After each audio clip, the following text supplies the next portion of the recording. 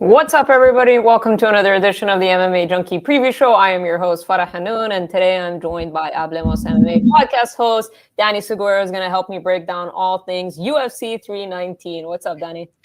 I'm good, Farah. I'm happy to be here and excited for this card. I haven't been this excited in a long time.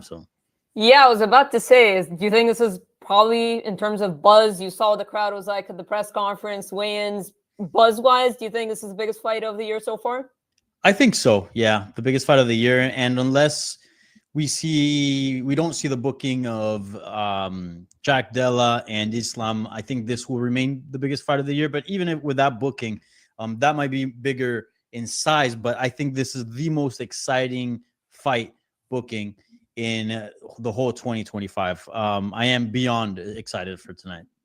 Yeah, same here. I mean, what a main event between Dricus, Plessis and Khamzat Chimaev. Because we've often seen with the other matchmaking, like International Fight Week, Elliott is a big star. Everyone's excited to see him fight for the lightweight title, but we weren't sure if Charles Oliveira was, the dance partner that we wanted to see. And now what we're seeing next for him could be Justin Gage. It's like we want to see Arman Tsarukyan, at least me personally, right? Like we want to see who we think is the toughest test. And that's what we have right here with this main event, right? With Khamzat Chimaev. I think a lot of people, at least with the odds, are suggesting that this might be his toughest test on paper. What do you think? Another fight, another bout where Dricus du Plessis is being underestimated. And yeah, this is going to be also his third title defense. So it's crazy that two defenses in, champion, he's still being underestimated. But, I mean, he is facing a very tough test, right? Khamzat Chimaev, this guy, people have been screaming that he's going to be a future champion for years now. I feel like this title shot is even long overdue, right? We expected him to fight for the belt much sooner than now. But he's still undefeated. There's still tons of hype. His last performance was arguably the best in his career. So, the hype is very much alive with Khamzat Chimaev. So I kind of get why DDP is the underdog and Chimaev's the favorite. Yeah, and if I look over at BetMGM, I think the odds moved a little bit. I saw a lot of people talking about how they've moved like more in favor of DDP. I don't see that because according to BetMGM, Khamzat is a minus 275 favorite. I believe that's larger than what it was before. So it seems like money is coming. Yeah, I don't know what people were talking about money coming to DDP. It's quite the opposite. DDP at plus 220. I know sometimes we tend to make a lot out of fight week, the press conferences, media day, and everybody plays body language expert. But did you imagine the press conference, the crowd were going to be so pro Khamzat Chimaev? Yeah, DDP is a heel, whether he likes it or not. People like hating on the guy, but not to a point like some other fighters where they really despise him. But like he has fought like guys that people really like, right? People really like Robert Whittaker. People really like Adesanya, or some do. People really like Sean Strickland. So he's kind of been able to play heel against all of those. In this one, Chimaev carries more of the bad boy persona, but he's certainly like a villain people like rooting for. A lot of people enjoy watching his fights and enjoy his persona. So, yeah, I'm not surprised that the fan favorite here is Chimaev. And what did you make? I don't know how much you pay attention to these things, but DDP has kind of been known for a sharp mouth. They made these compilations. They made him watch his press conference with Israel Adesanya, making him cry, and we saw him get Sean Strickland riled up. This was a little bit different, right? Like, do you take anything away from that? I wouldn't go as far as saying DDP was shook or rattled like some people are saying, but he wasn't the one kind of leading the dance, if you know what I mean. And some people felt like with Chimaev's character that he was really going to get under his skin and get him to go kind of crazy, which wasn't really the case at the press conference. Yeah, I saw that, and I saw a lot of people like at media day and in interviews were asking DDP and Chimaev like, oh, this sort of change in tone from the champion. But I don't feel like that's the case. Maybe I've just seen things differently. But in those two fights that you mentioned, the antagonist, the one that was kind of poking the bear, was Sean Strickland. And same thing with Adesanya, making like this like slick little one-liners that he had prepared and all. And DDP was just like, okay, you want to talk shit, then let's go. And then that's when he kind of, said what he said and kind of went hard on some of his comments there. But on the contrary here with this fight, Chimaev has been pretty respectful outside of saying like, yeah, he's going to beat him up. I mean, we all know that's everyone's plan, obviously, but he hasn't really crossed any line or try to instigate him. So he's kind of been chill about it. So, I think there's a big difference there. Yeah, I think that's a fair assessment. Matchup-wise, I think the same narratives have been running throughout, like ever since this fight got announced. It's like everybody is looking at it in the same way, right? Like it's either an early Chimaev finish, or if Dricus drags him into the latter rounds, he's gonna like outlast him or get him tired, perhaps a late finish. Is it as simple as that in your eyes? Obviously, Khamzat Chimaev has done everything he needs to do in terms of, working with Sam Calavita. So obviously in his mind, he understands that that could be a cause of concern. Mm-hmm. Some people feel like that's not enough time for one training camp to change. Some people feel like genetically you're built a certain way. How about you? Do you think the breakdown, the analysis of the fight is that simple? Khamzat has to finish him early? I don't think is that simple in the sense that it's the only factor cardio is going to determine. I mean, it could, right? But I feel like there's multiple factors that will determine the outcome that we'll see in a few hours.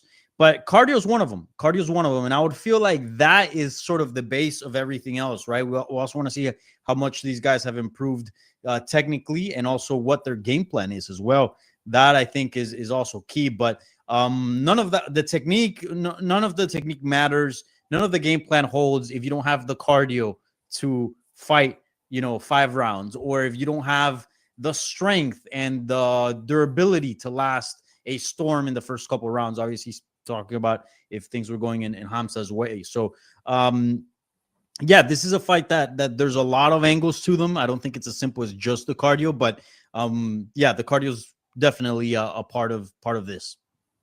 One of the arguments people make with Khamzat, like ragdolling his past opponents and stuff, is that people will say like they were mostly welterweights. Like Kamaru Usman was a short notice fight. He's a former welterweight champion. Gilbert Burns, which he didn't exactly ragdoll, but Robert Whittaker is a middleweight. But that's kind of an argument that people feel like Dricus' strength could surprise Khamzat. But Khamzat kind of strikes me, it's kind of similar to when I used to watch Khabib. Khabib never cared if he shot the first 3-4 times and failed. Like, he kept going. He's that confident in his grappling. And that's what the same thing I see with Khamzat. I don't think Dricus' strength is going to necessarily like surprise him or throw him off, like a lot of pundits have been saying, like, oh, once he grabs a hold of him and realizes he can't ragdoll him, like it's mentally going to do something to him. How about you? Like, I feel like with Khamzat's experience, it's something he's been doing his whole life, similar to Khabib. Like, those guys don't get phased when you stuff a couple of takedowns. I disagree. I disagree with you here. I think that both Khabib and Khamzat are very different. Yes, they both have grappling styles, and their thing is take the fight to the ground and ground and pound or a submission. I think Khamzat's obviously a little bit more submission oriented. Khabib a little bit more ground and pound oriented. But Khabib had like an incredible cardio. Like, he could literally wrestle for an entire day. Like, if he had to wrestle for 5 hours, I wouldn't be surprised if there's been training room sessions where he just goes and just doesn't stop for hours. That has not been the case with Chimaev. We saw that he was able to wrestle Kamaru in the first 10 minutes of the fight. And then in that third round, he didn't wrestle all that much because he just didn't have the gas tank to go with it. So I don't think that if Duplessis stuffs the takedown, all of a sudden, like, Khamzat Chimaev is going to break down mentally. But I do think he's got his takedowns and his grappling transitions and passes and all that numbered. Whereas Khabib had an unlimited arsenal of them. He can just keep trying to pass and trying to pass. Doesn't matter if he fails 10 times. On the 11th, he's going to pass.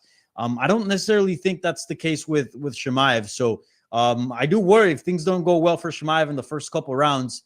That fight is certainly going to the momentum. There should be a big momentum shift in favor of the champion. Well, there was a stat. I don't know what it is exactly. I'm probably going to botch it here, but something to do with him taking down every opponent under a minute. Do you think he's going to succeed in taking Dricus down in under a minute? Ooh, I don't know if under a minute. I think at some point he will take him down, but I think this might be his toughest opponent in terms of wrestling. DDP is massive. He's a lot bigger than Kamaru Usman. He's got very good grappling as well. Very strong. Yeah, like I can't think of anyone else in Khamzat's resume that I think just looks harder to take down than Dricus du Plessis. So I don't know. I think it might take him a little longer than a minute. I'd be surprised, to be honest, if Chimaev carries the same attitude that he's had in all the fights, where he just kind of goes in there knowing that he's going to win. almost in a disrespectful way and just goes there and shoots and is just like, okay, yeah, but this is over. I think we're going to see a little bit more caution from Chimaev, because he knows if that doesn't work and he really extends himself and leaves himself tired in the first couple rounds, you know, he could get finished or lose a decision down the stretch. So, yeah, I'm curious to see how it goes, but I think personally that Chimaev is going to struggle more than we've seen him in any other fight.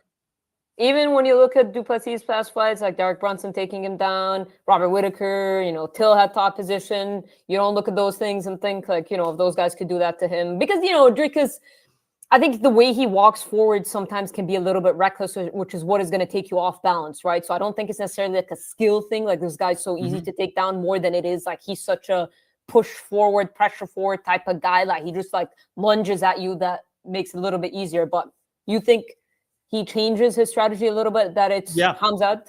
Yeah, I don't think he's going to press as much, because he knows if he goes to the ground, you know, it could be a quick night for him. And I know people have had success with DDP in the wrestling, but he's also improved a lot. Like, we cannot look at the same DDP that fought Derek Brunson and look at the one that has 2 title defenses right now. So, yeah, I think it's going to be a tough fight for Chimaev. I mean, I'm saying this now, and maybe we see a fight that lasts 2 minutes and Chimaev just runs through him. That's totally in the cards. I don't think it's not crazy for me to think that happens. But if you're asking me what I think is the more likely outcome, I think we're going to see a back and forth. And I think it's going to be very even as the fight goes through. Obviously, I think the first 10 minutes or so of the fight, we'll probably see a dominant Chimaev. What about the striking element? Because we mentioned Khabib earlier, and he said, you know, Khamzat's striking is good. He thinks it's better than DDP's. I think it's easy for people to say that everything is better than DDP just because DDP isn't the most technical, right? Like anyone he goes up against, I think people are being like, Strickland's boxing's better, Adesanya's striking is better.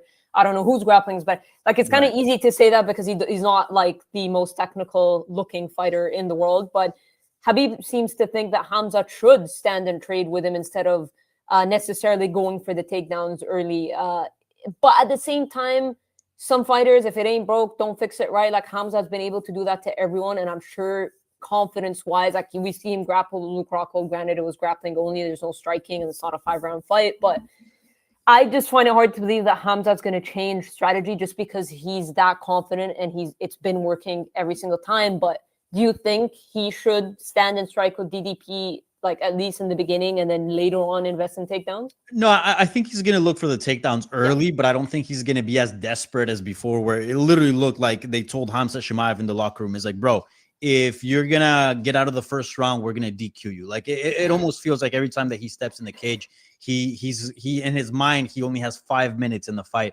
rather than 15. But in this case, it's 25. So, and against a guy that is very durable and that has very good cardio, even though he might look sloppy at times and it look like he's gassed, he's able to maintain a certain level that fighters can't deep into the fight. So I do think we're going to see a change in strategies from both guys. I think their essence is still going to be present, but I think we're going to see a more cautious approach from both guys. I mean, it's a title fight, a lot on the line. Yeah, I just don't see how either guy goes in there trying to finish either or in the first round. I think that would be ill advice if I were on either corner. So if you're a DDP, what would you advise the strategy to be? What do you feel like is his best path to victory? Keep a low base, right? I don't think Khamzat is going to kick him in the head, so I don't think there's a big risk of that. Keep a low base, move forward slowly. Don't really lunge in for any shots where it can leave you open. And be ready to stuff takedowns. Be ready to shoot. Be ready for that shot from Chimaev. And if you get taken down, I don't think it's the end of the world if you stay down. Of course, try to get up if you have seen an opportunity, but I would stay away from generating any big scrambles that will give Chimaev an opening to get a good position, say back mount or mount or something where he can get a submission. Just kind of hold them and try to minimize damage, hope for maybe a stand-up, again, for an opening. But look, if you have to spend the rest of the round sort of on the back playing it safe, I think that's fine. I think DDP should go in there with the mentality that it's okay to lose the first 2 rounds. Once the first 10 minutes of the fight are done, then you really start fighting. That's where the fight really starts. And that's what we've seen with Chimaev. Like the most he struggled has been with guys that are able to weather the storm, and then we see towards the end that's when he really starts having issues. So yeah, I would I would tell DDP to be very, very cautious, and I'll caution him from trying to do anything big in the first 10 minutes of the fight. But because like people, like I said, most people are the like what I've heard opinions. It's been like Khamzat early finish, DDP late finish, or DDP decision. Do you see a world where Khamzat could win a decision? Because if he goes out there and has like dominant early rounds, not impossible. 100%. Even if he slows down, right? Like if he can get a 10-8 in there early. I don't know. It's interesting because obviously he's put the work in with Sam Calavita, and they talk about how he's trying to push even more, and he had to slow him down. And when he did his interview with DC and Chael, but do you think it's enough time? Like, can he come out and surprise us and go far? No. I think a lot of it is genetic. Like people are built differently, and he's more of a sports car, right? Like he's not gonna travel across the country, but in a big road trip, but in a quick race, he'll beat anybody. I think he can improve that. I think there are ways that he can stretch that, and I'm relieved for him that he started training with Sam, because Sam is training ridiculous athletes. From Helen Marolis in the wrestling world to guys like TJ Dillashaw, who's historically been a machine, Aaron Pico, and the list goes on. So I think he did the right move. But is he all of a sudden going to be a cardio machine and a 5-round fighter with tons of volume and be deep into the fight? No, I don't think so. Same thing with Conor McGregor. Remember when Conor McGregor kind of faded against Nate Diaz, and all of a sudden he started doing biking and cycling and all this other training? Like, did it improve by the second fight? Yeah, he saw a decision, but like, is he a cardio machine then? And that was the best, one of the best versions, if not the best, of McGregor. Some guys are just built for 5 rounds, some guys aren't, and I don't think Khamzat is. So I think he did well again in going with Sam, but I don't expect a completely different Khamzat come fight. So Khamzat by majority decision, is that a possibility? So I actually don't think there'll be a finish here. I know that's a controversial opinion when analyzing and predicting this fight. Again, as you mentioned, it's either Khamzat early finish or DDP late finish.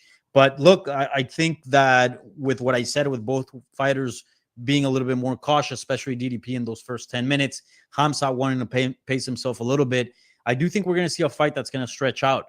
I'm still kind of debating on who's going to win. I believe on my official pick on MMA Junkie staff picks, I went with DDP. But man, I keep going back and forth. This fight's really hard to predict, but I do think it's going to go to a decision. I think Khamzat maybe wins the first couple rounds and then maybe can win either third, fourth, or fifth, one of those rounds there. I think it's going to be 3-2 either guy. It's going to be competitive. I expect it.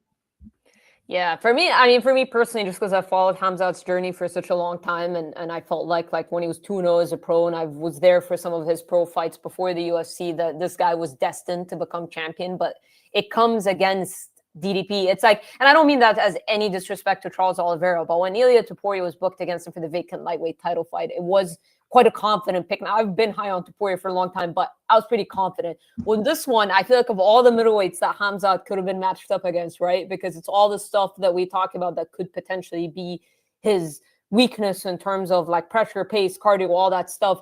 That's what DDP brings. And now the experience that he's amassed and the confidence that he's amassed by, his resume, the wins over Sean Strickland and Israel Adesanya and Whitaker. But I don't know. I'm just having a hard time. Like, I just can't pick against Khamzat Chimaev. I feel like we're going to see something spectacular. Obviously, I could be wrong. But man, if he goes out there and runs through Dricus to Plessis, like, I don't know. That will leave me more speechless than what Topuria has done. Like, really?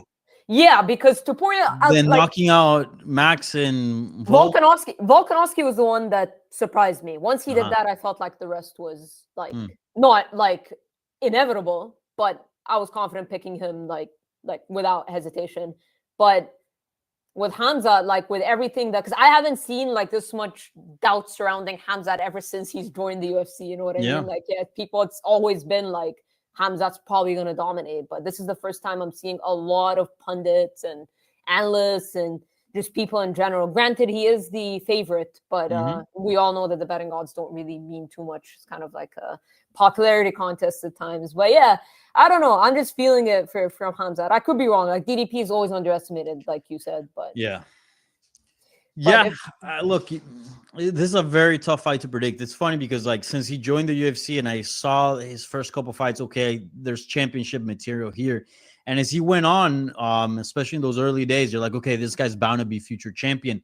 And that confidence has remained a lot in the fan base, especially with the casuals, because they maybe haven't seen all the fights. Maybe they've seen just the highlights. And, hey, the guy's still undefeated. He must be doing good, right? But on my end, that confidence that I used to have about him, that, hey, this guy's bound to be champion no matter what, it's already written in the history books. That confidence has faded away as, you know, certain fights have happened. I think the two fights that really kind of made me have a double take are the Kamaru Usman and the Gilbert Burns. I was there present for the Gilbert Burns one. And you wonder in those fights, what happens if there were 2 more rounds, right? I think there's a good argument to make that that he probably would have lost both fights. But again, we'll see.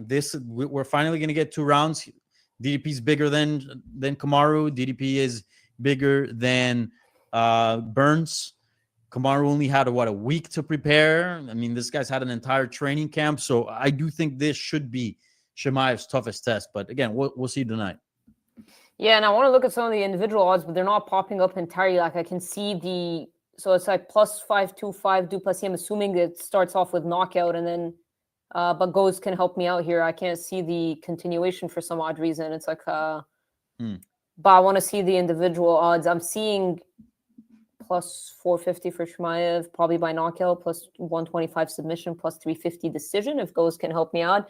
And then du Plessis plus 525 by knockout, plus 900 by this submission, and plus 600 by decision. So which one do you like here?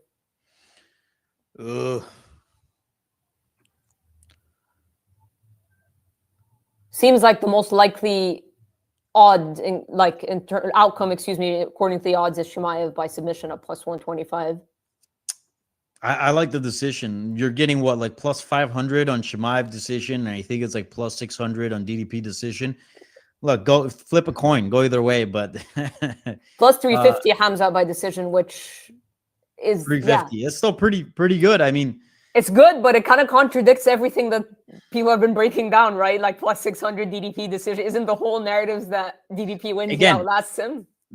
Look, that's just I could be completely wrong, and you know, you guys can talk shit to me on Twitter if I am.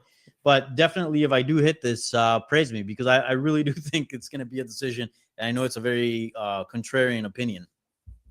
So DDP by decision is what you have?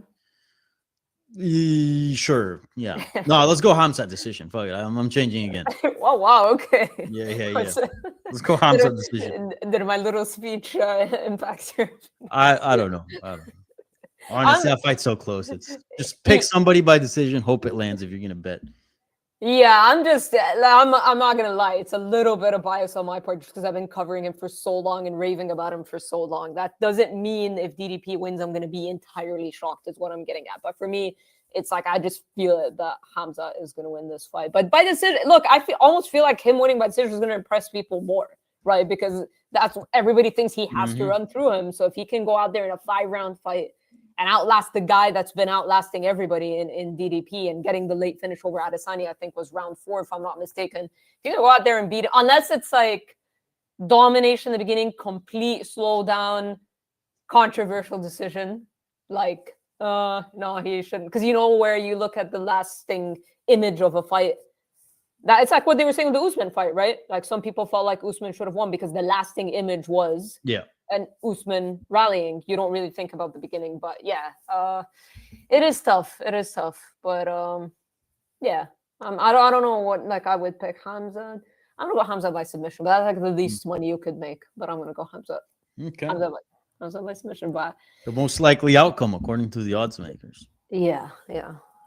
But it's yeah, I'm flip-flopping. You kind of like convinced me a little bit about the decision thing, but I'll be like, unless it's a controversial decision, I'll be very impressed if he can go out there and win it. Like if he can go out there and win rounds 1, 2, and like 4, for example, I almost Yeah. feel like that does more for his career in terms of people's acknowledgement of him than a quick submission. But a quick submission as well would be incredible. I don't know.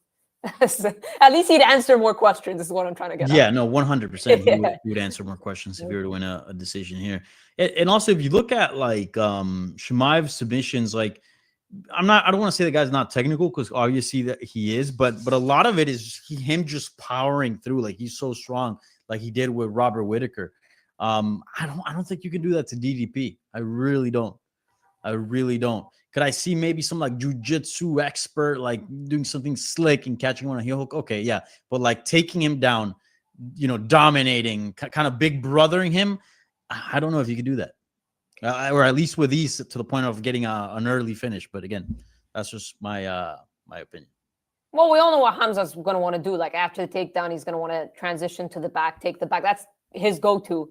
But the interesting part is going to be while DDP's trying to escape this like early onslaught, if he just doesn't leave his neck open and get caught in like a darce or something like that, because we know that Khamzat can't help but aggressively attack for the finish. It's who he is. But I mean, look, it's a similar fighting style to what we see in Elliott Topuria, right? Like he looks like he wants to take your head off with every single punch. Like people always play that clip of him lunging forward so much that when Bryce Mitchell moved out of the way, he just kind of flew forward because that's what he tries to do with every single punch. And Khamzat's basically that, but the grappling version. Yeah. Yeah. But we'll find out in a matter of moments. Let's talk about the co-main event here, which thank God it's not Aaron Pico and Movsar because I just thought that was ridiculous matchmaking. That and Piotr and Marcus McGee. But the Movsar are even more ridiculous for the simple reason that at least Piotr is a former champion. He's had his shot. He's lost to the current champion in a non-title fight, but not too long ago. But with Movsar, it's like, what were we doing here by giving him Aaron Pico? So I'm glad that it's not Movsar. I don't know if that means he's getting the title shot or just because he's injured, but Lerone Murphy, I think that's a much better test for Aaron Pico, a much more fair matchup. And listen, a lot of people kind of criticize Lerone Murphy for, not criticize, but like we're surprised, like why would he take that? It's risky and whatnot. Hey, he's in a co-main event. He's in a pay-per-view. He's had more media than he ever has. He's out of the Apex. I think this is really good for Lerone Murphy. I don't know. What do you think? Yeah, I think this is good because like he's winning, but he is still somehow kind of falling behind in the division. Like, have you seen in any of your mentions or in any of the Instagram comments on a post about the featherweight division, have you ever seen a fan vouch for him in terms of like Lerone Murphy, the next title shot? Like nobody's really pushing for the guy to fight for the belt. And, that weighs a lot in the UFC. I mean, it did more, I guess it does more now and in the past now with the pay-per-views, but with the pay-per-views gone, I guess that will weigh a little bit less. But still, the UFC is into making big fights. And, he hasn't really made any progress in standing out. Yeah, like he's checked the boxes, but there's got to be a little bit more than that, just than wins. And I'm not saying that's what I want to see. I'm just saying that's how the UFC works. So if you want to get a title shot, like, the UFC rewards excitement, rewards knockouts, rewards taking fights on short notice. So he's doing that with Aaron Pico. Aaron Pico's got tons of hype. Co-main event, as you mentioned, if he's able to get a finish or have an exciting fight, I think that'll help him a lot, and will do wonders for his career. And who knows, maybe we'll see some people starting to vouch for him to fight for the belt. He's an underdog here, based off of Aaron Pico when he came onto the scene. Obviously, very highly touted prospect, a lot of expectations, kind of like a child prodigy, and had his ups and downs in Bellator. But it's not like what we saw out of him in Bellator right before he signed to the UFC was like with Patchy, because I think a lot of people are comparing the situation to Patchy, whereas at least Patchy mixed, like when you looked at his resume, Magomed Magomedov, 2 wins over him, Kyoji Horiguchi, Sergio Perez, Rafael Stotts, a lot of those were finishes. I understand his confidence in people highly touting him and him calling himself the best bantamweight. Obviously, he did not deliver at all. People are comparing this situation to Aaron Pico, but I think it's a lot different because with Aaron Pico, I don't think the Bellator resume was really there. Like he never really reached the upper echelon. He had a few setbacks. So it is a little crazy to me that he's the favorite. That being said, I picked him out of pure gut feeling, but I just think it's a little absurd that he's the favorite. How about you? Um, well, what are the odds? I don't feel like the odds are too disproportionate, like the main event, right? No, it's minus 170 for Pico, plus 140 for Murphy. I think that's fair. Pico's been training for this date for a long time. He's in incredible shape. He's ready. Lerone Murphy's taking this fight on short notice.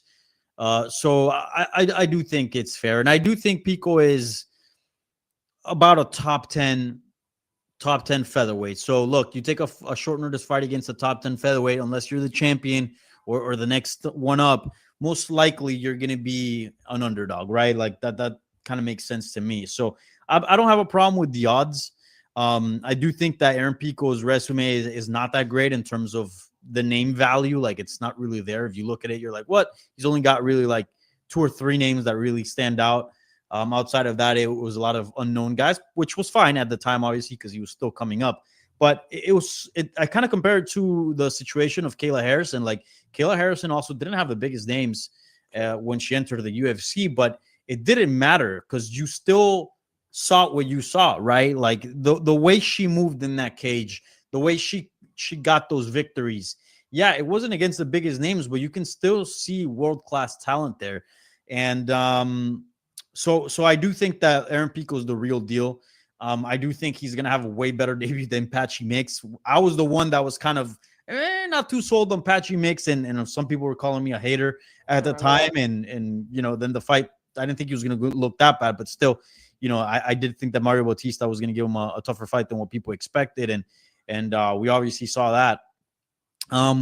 Here I have Pico winning, and I don't think he's going to knock out Lerone Murphy. I do think that Murphy is very good at just staying out of danger and being really responsible, sometimes to a fault, which might make him not that exciting. I think this fight goes to the cards as well, and I think Aaron Pico wins this one. Yeah, I agree with you here. And I'm basing it off of his skill set, not his resume. This is essentially why I picked him. I just think some guys just have, like, similar to Chimaev, like I know with Pico hasn't really panned out, but we've seen that with a lot of people's careers, right? Like Max Holloway had early losses, Charles Oliveira, like doesn't have to define your career. But with Aaron Pico, I like his confidence. I just looked at it from a skill set standpoint, like his grappling, the power that he possesses with his striking. I just looked at it from that standpoint. But like you said, Lerone perhaps is a hard guy to look good against because, what you said, he's defensively responsible. So I do actually like Pico by decision, which is at plus 125. Some of the individual odds are Pico by knockout is plus 300, by submission plus 900, by decision plus 125. And Lerone Murphy by decisions plus 250, by submission 2,800, plus 2,800, and then by knockout plus 625. So I think decision is the smart pick for either way. But I'm like you here. I think Pico wins this by decision.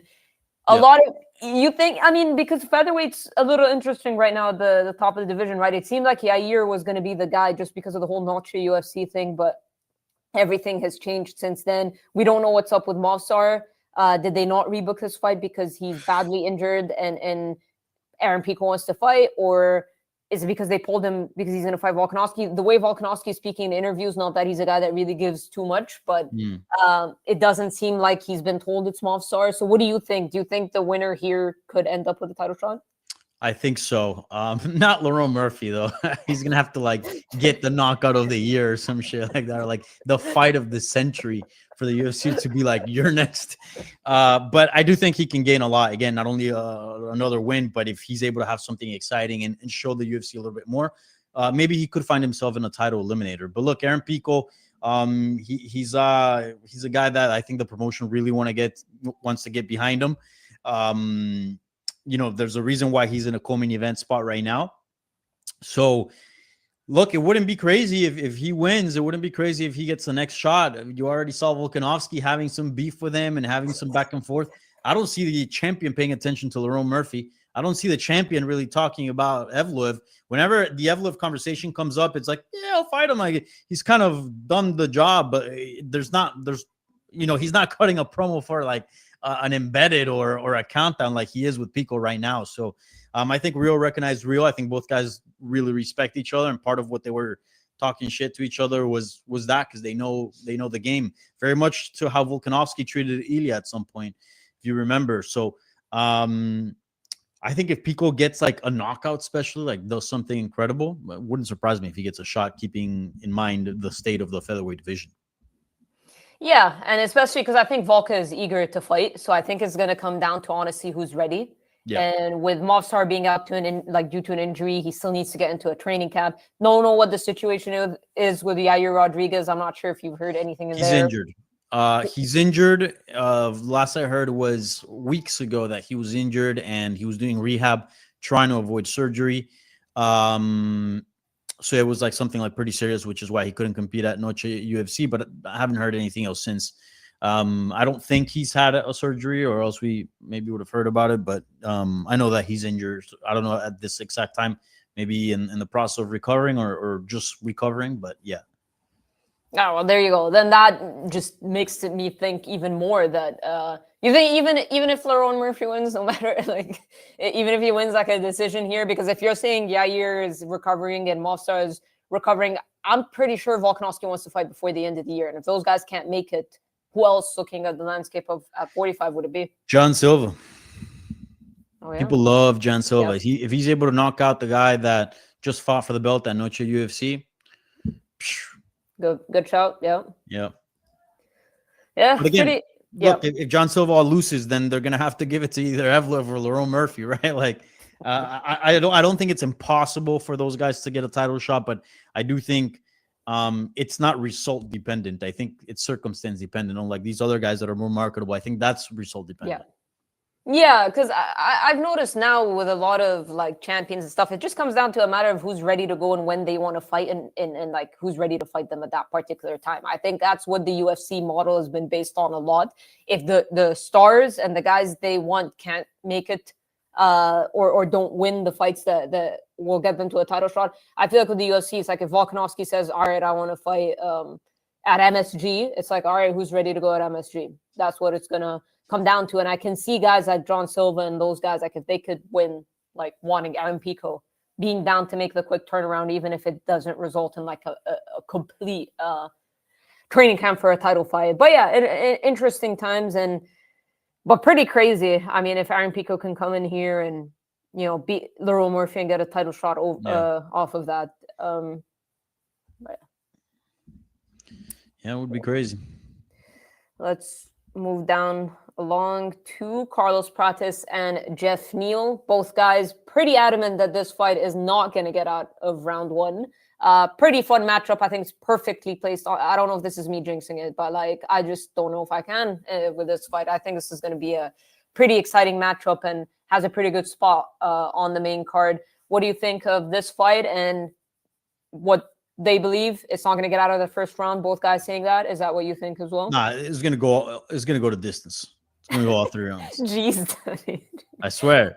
I'm not trolling, okay? Don't laugh. Don't laugh at my takes, please. This is gonna lighten up. This is gonna go to a decision. I'm telling you, Farah. We're trying to get people to watch these fights, Danny. Jeez. I mean, it's gonna be a fun fight. It's gonna be exciting, Okay. I'm not saying it's not, but I don't think there's gonna be a finish here. Jeff Neal's tough as shit. So is Carlos Prates. I think this is gonna be somewhat similar to the Ian Gary fight. Obviously a little less grappling, but there's gonna be striking back and forth. Both guys respecting each other. We're gonna have a fantastic fight, likely fight of the night, and at the end. Carlos Prates is going to get his hand raised, and he's going to bounce back from his loss to Ian Gary. All right, I'll give you some individual odds. Jeff Neal by knockout plus 500. Maybe you have a point. Fine. So Jeff Neal by submission is. Oh wait, did I give you like the initial odds? No, I didn't. So Prates is a minus 210 favorite over Neal, who's plus 170. And some individual odds, we've got Neal by knockout at plus 500, Neal by submission 1600, Neal by decision 350. And then Prates by decision at plus 275, submission plus 1400, and knockout by plus 125. So basically, most likely outcome being Prates by knockout. What? Repeat decision again? Sorry. Prates by decision would be plus 275. Yeah, I think that's the way to go in here. Dude, right. Jeff Neal's tough, man. Jeff Neal's real tough. He's only been knocked out once in his career. And that was against Kevin Holland in a regional scene in an event called Extreme Knockout 34, January 28th, 2017. And look, Kevin Holland's got power, but he's fought some killers and he hasn't been able to, they haven't been able to knock him out. Yeah, I expect this fight to be competitive, but I do think that Carlos Prates is more versatile. But I think Jeff Neal is so tough. I don't think Carlos Prates is going to finish him. And I do think, and I don't want to kind of pop the hype around Prates. I'm actually a fan of Prates. Don't think I'm a hater, but I do think his record is not padded, but is a little bit deceiving. And in your mind, you have this guy that just has the magic touch of death. Like he touches you, you're going to sleep. Right. But like, if we really look at the people that he's knocked out, Neil Magny, he's up there in age and he's not nearly as durable as he used to be. Li Jingliang, another guy that's aging and not nearly as durable as he used to be. Charles Radke, Trevin Giles. Those are the guys that he knocked out before fighting Ian Gary. And then Ian Gary, he went to distance. That's what happens when you fight the elite. That's what happens when, you get all these guys racking up knockout submissions. And once you get to the very prime of your career, yeah, you can still get finishes, but we start seeing more decisions because the competition just gets tougher. So I think this will be a decision, and I think Carlos Prates will win. Also, you got to keep in mind he is coming off a loss. A second defeat here would be pretty bad for his hype and his brand. So I know he comes from the Fighting Nerds, and they're a little bit wild and they like to go crazy, but I wouldn't be surprised if they also approach this fight a little bit more careful, a little bit smarter, and leave less up to chance. Yeah. What was it for Neil by knockout? I think it's something like plus 500. Yeah, I'm going to take that. I don't know. I have a weird gut feeling. But I've been really bad with my picks lately. I was leading for a while, and then I've been slacking. So I don't know. Maybe I should stop going with my gut instinct. But I don't know. I'm gonna go Neil by knockout. But we shall. Neil by knockout? Yeah. Whoa. I feel it. I did not see that coming. All right. I feel it. Well, if I was a betting woman, I'd make a lot of money off of that. That is plus 500. Let's move down along to MVP and Jared Cannonier. A matchup that Cannonier was not happy with. He admitted he was taken back by it, considering that MVP is not ranked at middleweight. And for MVP, he talked about the politics at welterweight and how he feels, just better opportunity for him at middleweight. And obviously the UFC are very high on him because giving him a former title challenger in Jared Cannonier, that's a matchup that could really push him up the ladder at 185 pounds and get him to kind of like the upper echelon and the bigger names. He is a minus 220 favorite over Cannonier, who's plus 180 underdog. MVP told me he feels like he will be too fast for Jared Cannonier. What do you think of this matchup? I think so too. And you know what's hilarious? I remember this distinctly, that MVP was an underdog going against Shara Bullet, and MVP by decision was plus 300. That is hilarious. MVP forever winning a decision. Sorry, what was your original? I know we're going into like picks and stuff, but what was your original question? I know it wasn't related to pick. No, go for it. I mean, I was just talking about he told me that he feels like he's going to have a speed advantage, and that's what's. Oh yeah, he's going to be a lot faster. One, because he's coming down from 170, so naturally, usually the smaller guys faster. But even at 170, like MVP's pretty damn quick. And is he 40 yet, or is he like 38? 38. Yeah, I mean, for a 38-year-old, he's fast as hell. Yeah. He hasn't slowed down one bit. So yeah, he should be a lot faster here than the Jared Cannonier. I can see him just stay on the outside, picking him apart, taunting. Cannonier's so tough. I don't think he's going to get finished here. I think it's going to be a classic MVP win. I do wonder, though, if Cannonier starts using his size and starts kind of holding him and clinching him. I wonder if he's able to pull something off there. But I don't know. We've never really seen that from him anyways in his fights. And we've seen other guys like Israel Adesanya and others kind of be slick and out slick him in that department and kind of stay away from him and pick him apart. So I think MVP should be able to do that. MVP decision. I think that's the way to go here. You love a decision, don't you? But, oh yeah, we're in for a long night. And look, I actually hate decisions because I do the play-by-play, so I'm fighting like nonstop. So I actually wish all these were first-round knockouts. But I'm generally that's my genuine opinion on these fights. Yeah, I mean, I think that's fair. I mean, at least according to the odds. So some individual odds: Cannonier by knockouts plus 550, Cannonier by submission plus 2500. Cannonier by decision plus 275. And then we've got MVP by decision at plus 100. MVP by submission plus 2,800, and then MVP by knockout but plus 275. I feel like MVP is going to do some damage here, could potentially drop him, utilize the leg kicks. But yeah, I think Cannonier is tough, and I think a decision. But, you know, I feel like MVP at this stage could really use a knockout. I feel like a knockout here could really catapult him up the ranking. An impressive decision would do good, but I feel like he's due for a knockout here in the UFC. Yeah. Whenever I just think of MVP, and I don't want to disrespect the guy, I've interviewed him before. Very nice, very cool guy. But like, there's a reason why he also wasn't getting the big names at 170. I think his role is this: being in main cards, drawing eyeballs to a card, being in pay-per-views. He's a showman. But like, do you really consider him in the title picture? Like, do you think he's a player, whether it's at 170 or 185? I mean, because if the divisions get stale, I mean, I think it just comes down to like if guys are just like if DDP beats Khamzat, you look at the landscape at middleweight, like Rainier de Ridder is there, Caio Borralho is there, Anthony Hernandez is there, Nasruddin Imavov is there. So he's got a lot that he has to get through. With 170, it's a little trickier because some of the bigger names are not going to see too much to gain in fighting an MVP, right? You've got Sean Brady's probably going to be like, why would I do that? And then, you know, I'm right up there. Shavkat was slated for a title shot. He won't fight him. Leon Edwards, I think that fight would make a lot of sense, but I don't know how keen. Like, Leon doesn't do too much media. Kamaru Usman took a risky fight in Joaquin Buckley, not going there again. So it's tough for him regardless, just because there's a lot of guys that are ahead of him, fresh faces for the champion, especially that Jack Della, or if it's Islam that beats him, these are fresh faces. So I think it's tough for him regardless to get up there because you've got all these guys that are ahead of him. So right now it's probably a little bit tough, but you know, it takes him getting matched up against one of these tough guys, top tough guys to get him there. So I don't think it's impossible. Timing is everything in the sport, but he could use at least a very dominant performance, whether you know, dropping him, styling on him, or a finish, and he could draw one of those names. The loser of whatever any of these guys I just mentioned, if they lose, you know what I mean? Yeah. I mean, I guess it's not impossible. He's got a big name, but for whatever reason, I just think they kind of.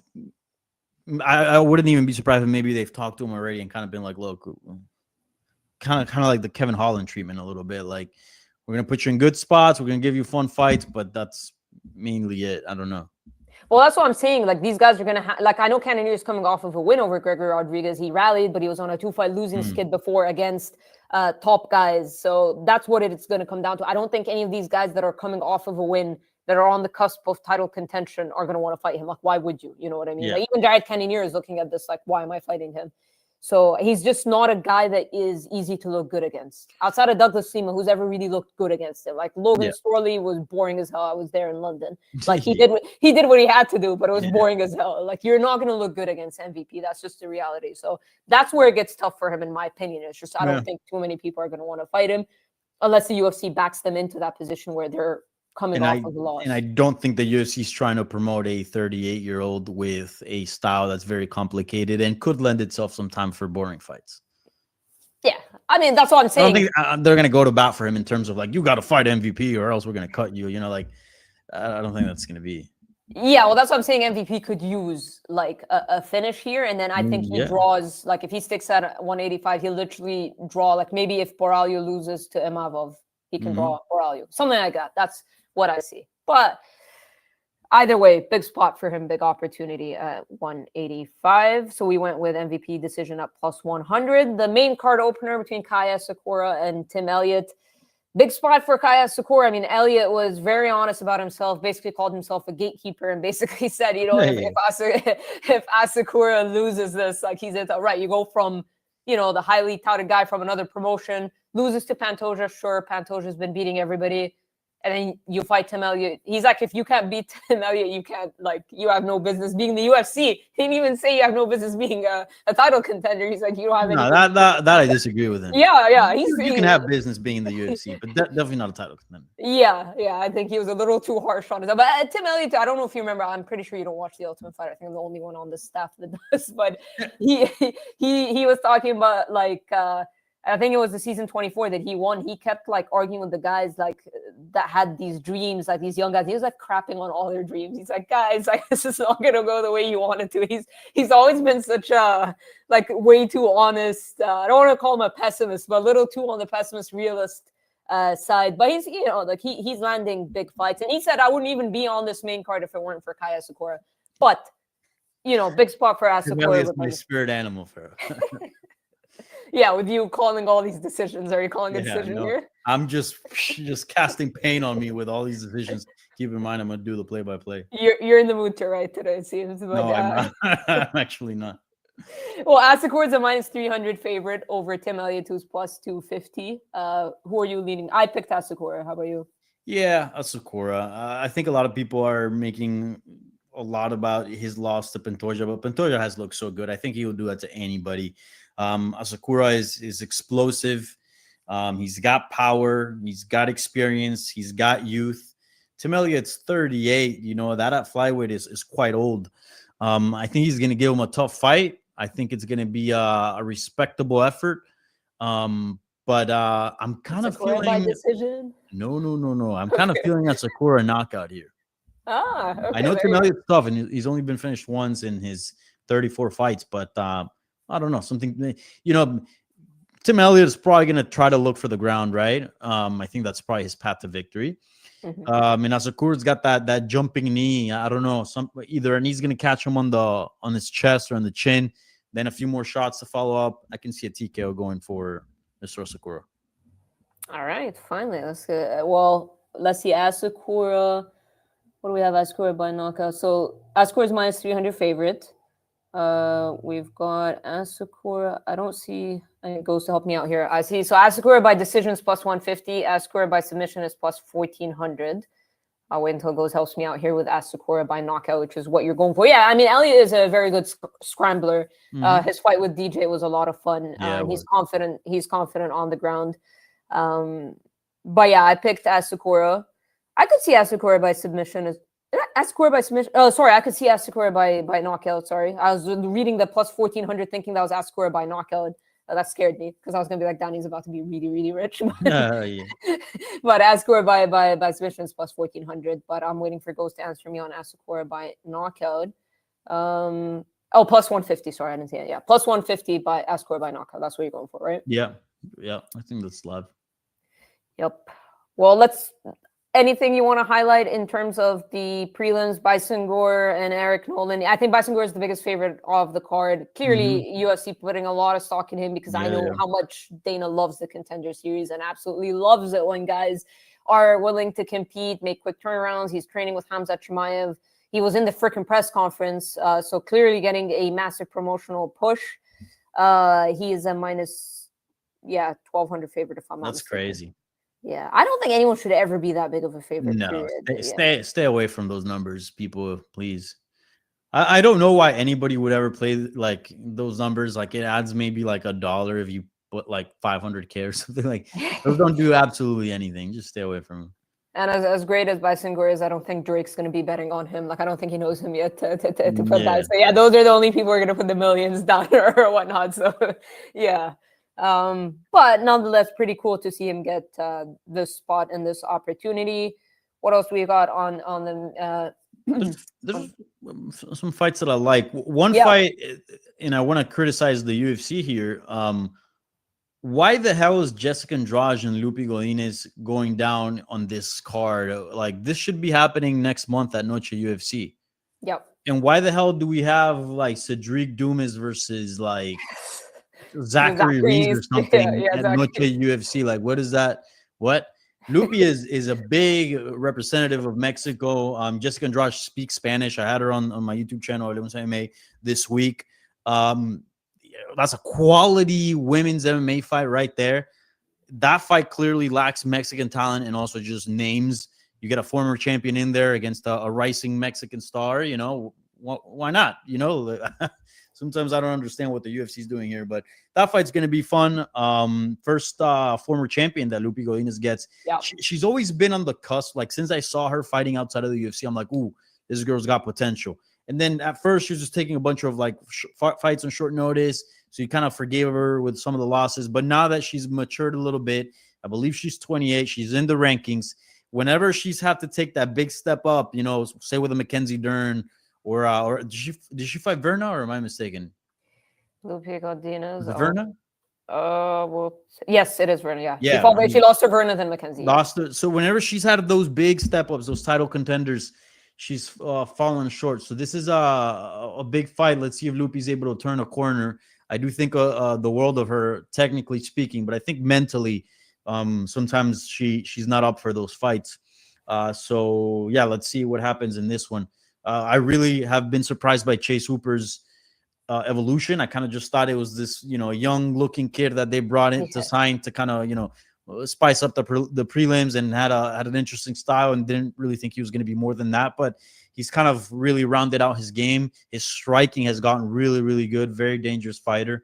So yeah, shouts out to Chase Hooper. And also, I got a soft spot for the vets. Edson Barbosa still doing the damn thing at what, like 41 or something? No, 39. Dude's got so much mileage, but he's still looking surprisingly good.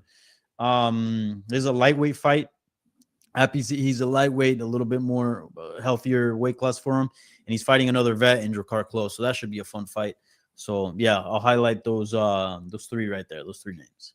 Well, I'll give you some of those odds that you mentioned. Godinez is a -145 favorite over Andrade, who's +120. I hate to use the word gatekeeper, but that kind of seems like what Andrade is right now. You beat her, you get to fight kind of the upper echelon. So she's a slight underdog here. We've got Godinez by decision at -105, by submission +550, and then by knockout +2200, and then Andrade by knockout +450, by submission +1400, and then by decision at +250. So what do you like here? Lupi decision. All right, -105. I mean, that seems that's like the first outcome I've seen, the most likely outcome so far that I've seen in these odds. But yeah, what is Hooper -400 favorite over Alexander Hernandez at +310. Surprised? Nope. No, Hernandez has really disappointed throughout his entire career. He was a hot prospect. I mean, he knocked out Beneil Dariush when Beneil Dariush was, you know, a legit contender, like on the come up, like a legit talent. And he had some good wins, but ever since he lost to Cowboy Cerrone, he's been kind of like up and down. And he kind of reached the ceiling. We thought it was going to be higher. Good fighter, but I don't think he'll get past Hooper. I think he gets subbed. You think? All right. Yeah, I mean, because I feel like I've picked against Hooper quite a bit, maybe in his last 3 or 4 fights, but he's looked really good, like you mentioned. Yeah. And to kick off the night, Ultimate Fighter, I'll talk a little bit about this because I'm pretty sure that you have not been watching this season. I have not. What are the odds of that? What are the odds of that? Minus 10,000. I'm gonna spend a night watching the Ultimate Fighter. Not watching. So I still weirdly have a soft spot for that show, so I still watch it. I used to. But yeah, that one of the guys that people have been very high on from the season is Elliott Idris. He's a flyweight, and a lot of people, I mean, DC said he's the hardest working guy I ever coached on the Ultimate Fighter. Some people are looking at him. I know Nolan, he covers a lot of prospects, and he's spoken very highly of him. A lot of people feel like he has championship potential. And at the end of the day, flyweight isn't exactly the most stacked division, right? You don't want to rush these guys, but at the same time, you go out there. I mean, you look at Joshua Van, right? Like he got catapulted just because he puts on these amazing and exciting fights. So big spot for him. A lot of people expecting big things. He is a -500 favorite over a guy who used to be in the UFC in Joseph Morales. So that should tell you enough of how high people are on Elliott Idris. But 3 fights were canceled before we wrap up for those who were not paying attention. One of them being the Ultimate Fighter finale for the welterweights. That fight was canceled due to injury. We've got King Green and Carlos Diego Ferreira. That was canceled as well. And then Brian Battle. How's Brian Battle miss weight and weight class up? But I mean, he's got such a good record. He's like 7-1 in the UFC or something like that. Yeah. He just can't get his weight issues in order. It's crazy. Yeah. He's a very good fighter, by the way. Yeah, an Ultimate Fighter alum. Look at that. But yeah. That's why you should watch the show, Danny. No, kidding. All right, well, we'll wrap up here. Obviously, it's a later start time. I'll give you some time to chill out before you go on play. Guys, check out MMA Junkie. Danny will be on the play-by-play. We've got Mike Bond on site. We got Georgian Goes that will be doing the watch-along at 8 p.m. Eastern. So jump in and have some fun with them. I appreciate you guys for tuning in.